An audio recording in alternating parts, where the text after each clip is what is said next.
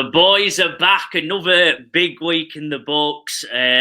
We're all flying. Obviously, I did pretty well, lads. I'll not show off too much, but I'm pretty happy. Another big week for me. But first off, how are you both? And how are you doing? Tag, do you want to go first? Yeah, all good here. Going for a big bet this week. I want to start going for some big ins as we're getting towards the end of the year. Try and get up big time, chase the tails. My bet last week, the treble, was let down in the early game by Danger Russ, biting me back on the backside. The Jags-Lions game coming quite comfortably on the overs. On total points, what I picked. I think the Lions did it on their own. Pretty impressive by them. And then CMC on the rushing. I think that was pretty close in the late game, but the treble was already down. So, yeah, again, no good. Probably down 3 or 4 points still on the year. So, chasing the tail for a big one. Well, get ready because there is a big one. There is a big one lined up. But Bish, how are you? I'm good. Yes, I had a decent week, 2 out of 3. But the old Lions double put me up quite a bit. So, yeah, still just under 1 unit down on the year, but a couple of units up last week. So Pickens on the overs came in quite comfortably against the Ravens. And then it was Goff over 1.5 passing touchdowns and a Montgomery touchdown. The Montgomery touchdown come pretty early. I think I put in the group chat, lads, they're just running it. They're not throwing it. I got a bit worried, but then second half we saw the passing come in. And then Christian McCaffrey over 27.5 rushing yards. He finished on 27, so I was 1 yard away from a full house. So, yeah, just 2 out of 3. George Kittle, my touchdown scorer, didn't make the field. He was injured, so but we won't talk about the touchdown treble. Yeah, I'll quickly cover mine. I hit a 5-2. Josh Jacobs over on the rushing, over on the receiving. I thought both were quite low, and then my big one, the bet boost, bet 365, where I have just landed a big one, 5-1. That was the boost of the week for the Rams Patriot game. Cup, Demario Douglas and Puka Nacua, all 50+ receiving. We were worried about Douglas, but he got pretty high up early. With Cooper Cup, that was the straggler, but then I think hitting that third quarter, he ended up on 100 within about 3 catches, and it were game on, 5-1. So hopefully you join me on that one and make yourself a bit of a coin. But we're moving on to this week, lads. Let's keep the momentum going. Bish, you to go first. First up, we've got Travis Kelce over 61.5 receiving yards. Just before we come on, it's dropped down to 60, but I'll keep it at 61 because that's what I took it at. So yeah, last week he had a bit of a stinker last week against the Bills. 2 receptions on 8 yards, but previous to that, his increase as targets, receptions has skyrocketed either side of the bye the last 4 or 5 weeks. So as sort of we said earlier on in the year, he warms up towards the back end of the season, and I think he's other than last week, he's been a massive part of their offense. Coming up against the Carolina Panthers, again another massive spread. They're expected to score some points here. The Carolina Panthers give up the 7th most receiving yards to tight ends. So I'm hoping he has a big game. And it's about time we saw a bit more Taylor Swift on the TV. So come on, Travis. Bring it home, Kelce. Yeah, simple one. I'll take you through my first one. It's in the Minnesota-Chicago game. It's Aaron Jones over 15.5 receiving yards and Caleb Williams over 0.5 passing TDs. The simple one. Aaron Jones is a great receiving back. I think his role as a ground and pounder is starting to get diminished slightly with Cam Akers getting involved.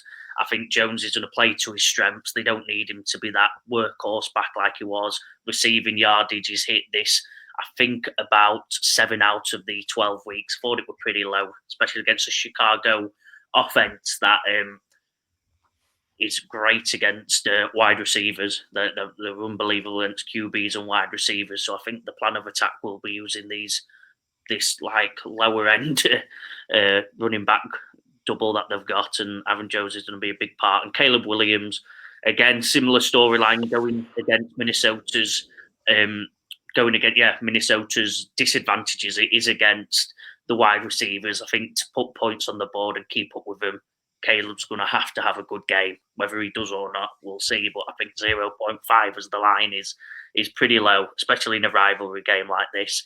They normally stand up and play well, and yeah, I think 0.5 is low. So take it on 31 to 20. Decent odds. Make yourself a bit of money. Yeah, like I said, more on W money, Joe. Like it. I think Aaron Jones is going to be key. Like you said, with that Chicago pass defense. Could be Caleb Williams, the one. Obviously, we've seen him up and down a bit this year. But you're a QB. Surely you got one touchdown passing, yeah. Yeah, just new offensive coordinator as well last week. So second week, yeah. Hopefully we can go one up to DJ Morrow. Bish, take us in. Number 2 is Terry McLaurin over 57.5 receiving yards.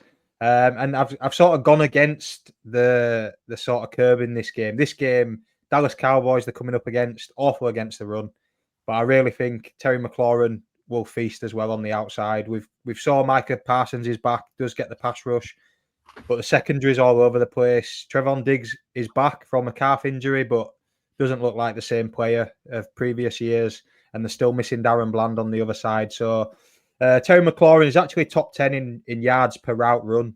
And in layman's terms, that just means he's seen a lot of the ball down the field. So, he is a target for Daniels. Daniels has got a good arm. And in the last 4 games, he's had a 100-plus game followed by a dud. He had his dud last week. So, it says we're due a 100-plus yard game here. So 57.5, I think, is very much doable. And again, the Cowboys, they give up the second most receiving yards per play. So that's just, as I was saying, the corners, they're not great. So, I can see a couple, 2-3 passes deep. And hopefully this flies in along with killing them on the ground. So, yeah, big game for Commanders. Another big divisional game. But, yeah, I think Terry gets us this one. Yeah, you've the 2 players you've picked, Bish, so far in the 2 games I've picked as part of my treble, and I think we're just picking on them poor defenses, aren't we? The Cowboys' defense absolutely atrocious, and Washington have been on the back of some Dallas Cowboys hammerings over the years, and it's time for Washington to have a bit of fun with that Cowboys team, which, as we spoke about before, is well in on the Orient Express and going nowhere. Yeah, I like it. I think the criticism for Washington last week was that Cliff Kingsbury didn't move Terry.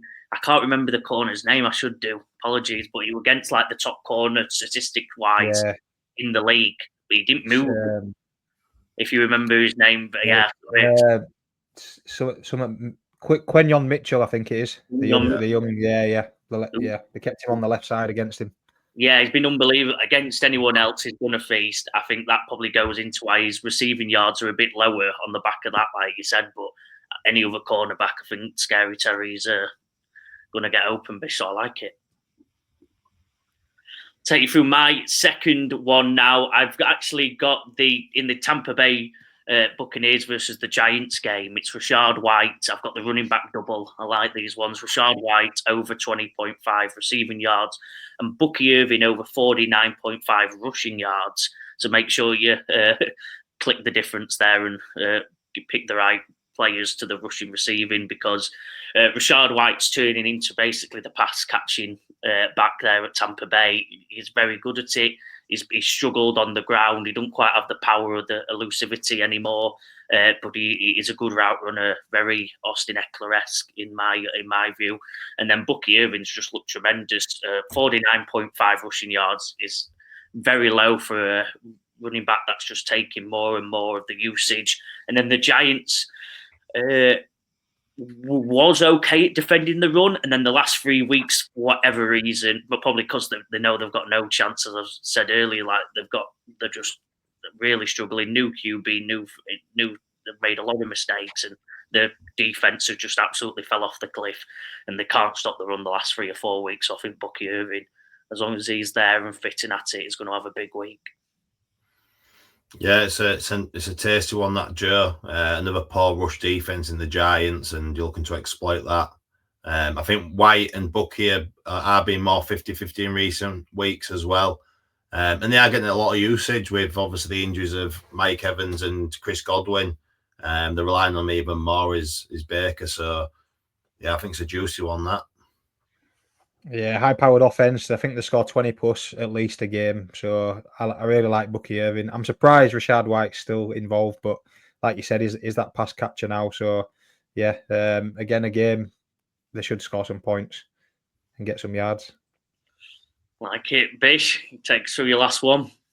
And this is the double that I've been throwing in there. Now it's all focused around Jonnu Smith, the tight end for the Dolphins, and it's over 3.5 receptions and over 39.5 receiving yards coming in there at 2.25. And he's really made himself a role in this offense at the minute. You know, Tua's liking him a lot. In the games that Tua's started this year, he's hit both these lines in 80% of games. So they're moving him around quite a lot.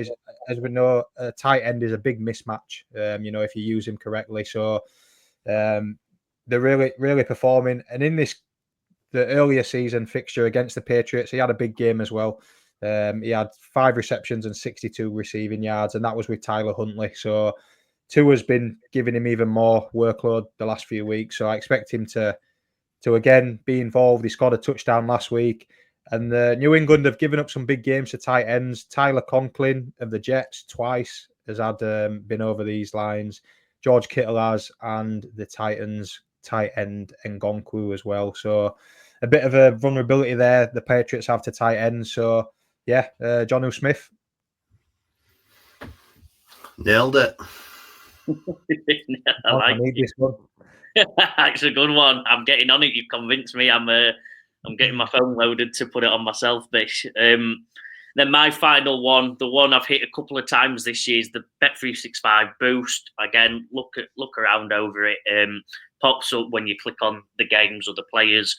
And this is a running back. I've smashed the running backs this week. It's a running back treble, actually. It'll pop up if you click on one of these games. And it's Joe Mixon, Jahmyr Gibbs, Devon Achane, all over 60 plus rushing yards. Sorry, I should have put that in. All over 60 plus rushing yards. Mixon's just been absolutely feasting on that Houston since the bye week, since he's come back from that niggling injury. He's been unbelievable.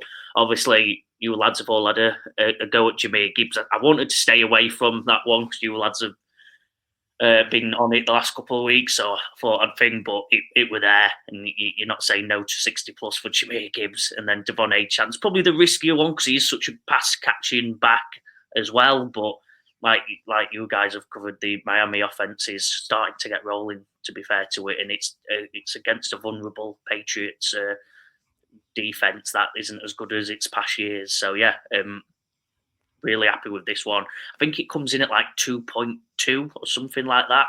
It doesn't say exactly on the bets, but it comes in at like 2.21. So I've just put over 2.1. See what it is at the time when you find it. Go make yourself some money. I like it. Yeah, strong running backs, 60 plus is sort of the average this year, isn't it? You'd think all three are capable of more than that. So particularly like Achane, the Patriots are pretty weak against the run, and the other two have been doing it all year. So lovely. Like it. It's time for the big one now. Let's get it on. Tag, take us through your one. Yeah, the crowd pleaser. Let's we want some scenes in living rooms over the weekend. 32-1. I did get this together on Paddy Power. Obviously, other bookmakers can do it. It's just easy to put them together on there with your bets, a bit like 366, 365. The first one, simple one, I'm going to Kansas City Chiefs with the handicap. We've spoke about the case before, over one score, but I'm attacking cases, I'm attacking big prices this week. I'm going for it. Kansas City Chiefs bouncing back from that Bills game, a point to prove, going to a very poor Carolina team, in my opinion. I almost went bigger on the handicap. I almost pushed it to 13.5. I thought, shall I get to near that 40-1 mark? But I won't be greedy. I'll stick to the handicap they're presenting, and only roll with that and go against the case. The second one, I've got Brian Robinson over 2 touchdowns in the game against that poor Cowboys defense. They conceded 3 touchdowns against Mixon last week. it was just it was men against boys on some of them touchdowns what Mixon scored. And I think Washington are going to have a lot of good field position, as Bishop spoke about, some of them long balls to Scary Terry, and you'll just see big banging Bry finishing them drives off for me. And the last one, I've duoed it up. We've got the best running back combination in the game in Monty and Gibbs, going against another poor defense against the run in the Colts. They like taking it in turns, these two, and sharing them TDs out. And who's looking at stopping them this week in that Colts defense? I don't see many standing up and doing that. So yeah, we'll put it all together, and it's coming out 32-1 for a potential carnage scenes in living rooms across the country. Tasty. Yeah, the Cowboys give up 18 rushing touchdowns this season, which is the most. And again, like you said, for me, it's that -10.5 over one touchdown. But if it's a day to break the curse, it's that one, innit? Kansas City, they've got to bounce back after last week, that loss to the Bills. So, yeah, come on. 32-1. Beautiful. We're on. And like you said, I think Carolina's defense is good. They've got my cornerback names have been bad this week, but the cornerback's very good. But Kansas City is spreading it out. The depth on that defense is horrendously shocking. So I think it's the perfect offense to just wipe clean Carolina, to be honest. I think there's too many options, and they don't have enough. Carolina don't have enough men on that defense to stop the wide range attack. And then the others, self-explanatory. Yeah, I love it. Keep feeding Kelsey. Come on. Yeah, keep feeding Kelsey. Brilliant. And then the last one, lads, we'll read him out. We've got the touchdown treble. We've not been brilliant in the last couple of weeks. Bish has been the standout performer in this one, in his picks, but we're going to go have it. We're all pretty confident, and I'll load up now. Yeah, Amon-Ra St. Brown. He scored in his last 8, which is a longest streak in Lions history. 9 is the NFL record. AJ Green holds it. So one more this week, and he ties that. So, yeah, the Sun God. Let's go. Yeah, mine going on for my bets. Bucky Irving. Again, Giants defense has just been horrendously shocking the last 3 or 4 weeks against the run. It's just fell off a cliff. And Bucky Irving's just really impressed me all year. I'm sticking to the same game. I'm going Malik Neighbors. I thought it was a big price for what it was going against as wide receiver one, going against that really poor Buccaneers secondary. We've got the Mafia man, Danny DeVito, coming in. And I think he's going to prove a point. He's been sat waiting for his chance, and he's going to go to his wide receiver one all day in that poor secondary. So I'm going Malik Neighbors to round off a lovely 13-1 treble. Brilliant, lads. Let's run through them all quickly again, and then we'll end it there. So, Bish, do you want to take us through yours? I've got Travis Kelce over 61.5 receiving yards. Got Terry McLaurin over 57.5 receiving yards. And Jonnu Smith, we got over 3.5 receptions and over 39.5 receiving yards. Mine is in the Minnesota-Chicago game. Aaron Jones over 15.5 receiving yards and Caleb Williams to throw a touchdown pass. I've got the Bucks and the Giants game. Rashad White over 20.5 receiving yards and Bucky Irving over 49.5 rushing.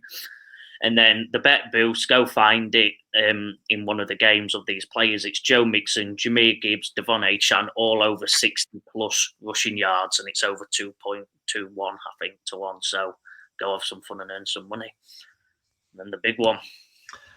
Yeah, we're going for it. We could look stupid, but I'm going to say we're going to have some scene. So to keep it short, tags treble. We're going Kansas City Chiefs with the handicap to beat Carolina Panthers minus 10.5. Brian Robinson for the Commanders over 2 touchdowns in the game. And Detroit versus the Colts, Monty and Gibbs both to score TD in that game. 32-1 treble. Boom. And then the last one, the touchdown treble. I'll just rattle through them. Bish has picked Amon-Ra St. Brown. I picked Bucky Irving. Tag has picked Malik Neighbors, and that's at 13-1. Brilliant, lads. Bish, give us your final thoughts going into another great week. It's a big week for me personally. It's the Rams versus the Eagles. You can see it in the background there. A bit of family feud going on there. So Sunday night's going to be a long one for us. But yeah, enjoy your football. The season seems to be creeping by, doesn't it? Week 12 already. So enjoy your football. Please like, subscribe, share. Get your bets in the comments. Rob Fussy almost came close to a massive tight end treble. I say treble, he had 6 tight ends in there, but yeah, very close. So like to see what everyone else is getting on. Make sure you're getting on ours because I think it's going to be a good week. We could potentially bring a bit of a little Thanksgiving bet as well, could we? Just on the medias. Oh yeah, next Thursday as well. Yeah, the devil on the Thanksgiving next week. We could drop it on the maybe the odds might not be out for the debrief show, but yeah, definitely we'll have one out before those games. We'll try and get everyone's turkeys paid for. Brilliant. See you soon, lads. See ya.